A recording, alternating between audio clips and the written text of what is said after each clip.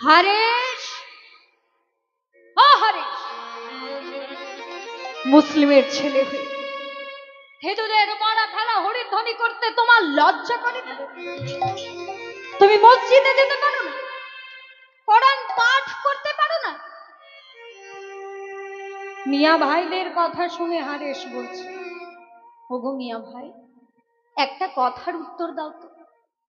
যেটা পান করে আমরা জীবন ধারণ করি, আমরা সেটাকে বলি পানি।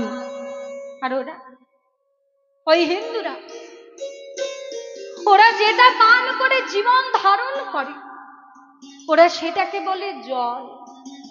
কিন্তু মিয়া ভাই, বস্তু তো একটা, তাহলে তফাৎ কোথায়? আমি কি বলি জানো? ও মিয়া ভাই, আল্লাহ বলো